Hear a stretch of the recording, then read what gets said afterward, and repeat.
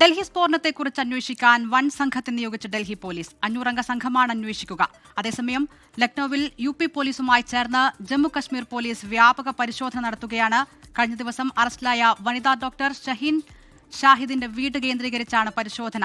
ഡൽഹി സ്ഫോടനത്തിന് പിന്നിലുള്ള ഡോക്ടർ ഉമർ മുഹമ്മദ്, പിടിയിലായ ഡോക്ടർ മുസമ്മിൽ എന്നിവർ ജോലി ചെയ്ത ഫരീദാബാദിലെ അൽ ഫലാഹ് സർവകലാശാലയിൽ ഡൽഹി പോലീസ് പരിശോധന നടത്തുകയാണ്.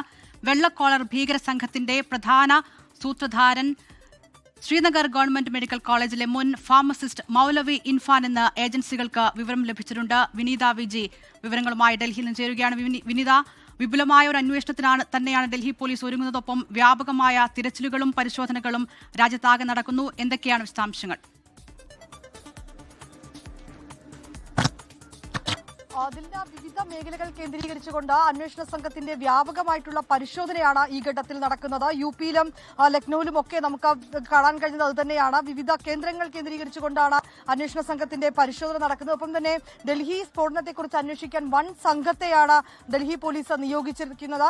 അന്വേഷിക്കുക 500-അംഗ സംഘമാണ് ഈ കേസ് അന്വേഷിക്കുന്നത്. ലക്നൌവിലാണ് ഇപ്പോൾ വ്യാപകമായിട്ടുള്ള പരിശോധനകൾ നടക്കുന്നതായിട്ടുള്ള വിവരം നമുക്ക് ലഭ്യമായിട്ടുണ്ട്. അത് ഉത്തർപ്രദേശ് പോലീസ്, ATS, ഒപ്പം തന്നെ ജമ്മു കാശ്മീർ പോലീസ്, ലക്നൌ പോലീസ് എന്നിവർ സംയുക്തമായിട്ടാണ് ഈ പരിശോധന നടത്തുന്നത്. കഴിഞ്ഞ ദിവസം അറസ്റ്റിലായ വനിതാ ഡോക്ടറെ കേന്ദ്രീകരിച്ചാണ് ഈ പരിശോധന എന്നാണ് അറിയാൻ കഴിയുന്നത്. വനിതാ ഡോക്ടർ ഷഹീൻ ഷാഹിദിന്റെ വീട് കേന്ദ്രീകരിച്ചാണ് അന്വേഷണ സംഘം പരിശോധന നടത്തുന്നത്.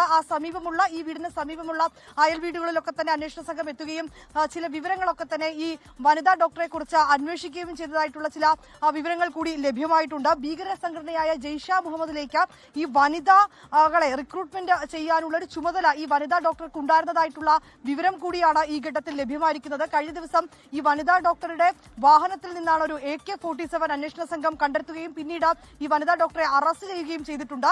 ഈ വനിതാ ഡോക്ടറെ കേന്ദ്രീകരിച്ചുകൊണ്ടാണ് ലക്നൌവിൽ ഇപ്പോൾ വ്യാപകമായിട്ടുള്ള പരിശോധനകൾ നടക്കുന്നത്. ഒപ്പം തന്നെ ഈ വൈറ്റ് കോളർ ഭീകര സംഘത്തിന്റെ പ്രധാന ആസൂത്രകൻ അത് മൗലവി ഇർഫാൻ ആണെന്നൊരു വിവരം അന്വേഷണ ഏജൻസികൾക്ക് ലഭ്യമായിട്ടുണ്ട്. മൗലവി ഇർഫാൻ ശ്രീനഗർ ഗവൺമെന്റ് മെഡിക്കൽ കോളേജിലെ മുൻ ഫാർമസിസ്റ്റായി ജോലി ചെയ്തിരുന്ന ആളാണ്. ഈ നവ്ഗാമിൽ ഒരു പള്ളിയിൽ ഇമാമായും ഇയാൾ പ്രവർത്തിച്ചിട്ടുണ്ട് എന്ന വിവരമാണ് അന്വേഷണ ഏജൻസികൾക്ക് ഈ ഘട്ടത്തിൽ ലഭിച്ചിരിക്കുന്നത്. ഡോക്ടേഴ്സിനെ ഈ ഭീകര സംഘടനയുമായി അടുപ്പിച്ചത് ഈ ഇർഫാൻ ആണെന്ന വിവരം കൂടി അന്വേഷണ സംഘത്തിന് ലഭിച്ചിട്ടുണ്ട്. വിനീത, നാളെ കേന്ദ്ര സർക്കാരിന്റെ സുരക്ഷാകാര്യ സമിതിയുടെ യോഗം ചേരാനിരിക്കുകയാണ്. ഏത് രീതിയിൽ ഇതുമായി മുന്നോട്ട് പോകാനാണ് സർക്കാരിന്റെ ഒരു ആലോചന? പ്രത്യേകിച്ചും NIA അടക്കം അന്വേഷണം ഏൽപ്പിക്കുന്നതടക്കമുള്ള കാര്യത്തിൽ ഒരു തീരുമാനം പ്രതീക്ഷിക്കാമോ?